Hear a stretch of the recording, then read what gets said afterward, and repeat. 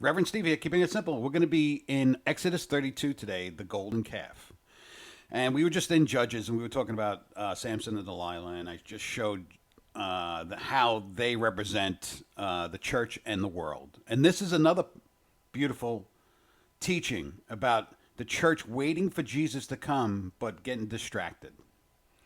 And that's a perfect analogy here. They get distracted. They've been waiting for Moses for so long. They say, "Oh, we're going to get into the teaching," but it's so true, and that's why I want you to look at the scriptures this way. It does have other teachings, and that's what's so beautiful about the scriptures. It has its own teaching, but there's deeper stuff in the teaching. And there's deeper stuff that pertain to us in the last days in the church. And there's many teachings like that. Joseph represents Jesus.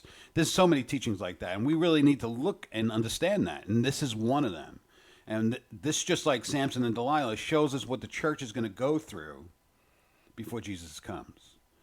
And as we could see when we read this, they get distracted very quickly and they go their own way. So let's get into this. We're going to be in Exodus 32, the golden calf. When the people saw how long it was taking Moses to come back down from the mountain. Now think about the church today, waiting for Jesus' return. There's so many factions in the church, so many denominations.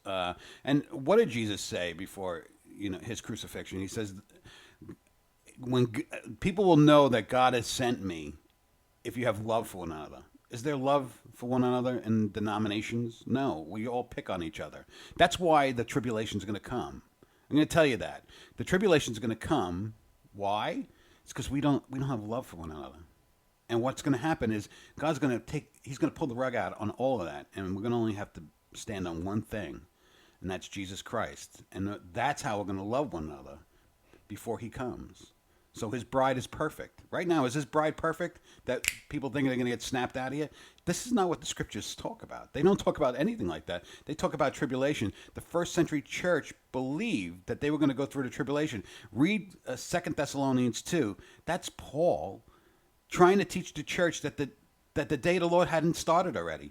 Why would he need to write a letter if he was teaching that they were going to be snapped out of there? That's not the case.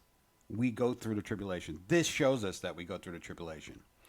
I hope you really dig down deep into the scriptures that we're talking about. And there is teaching here. There's deeper teaching also about what we're going to go through as the church in these dark times coming. God bless. We'll see you next time. Bye-bye.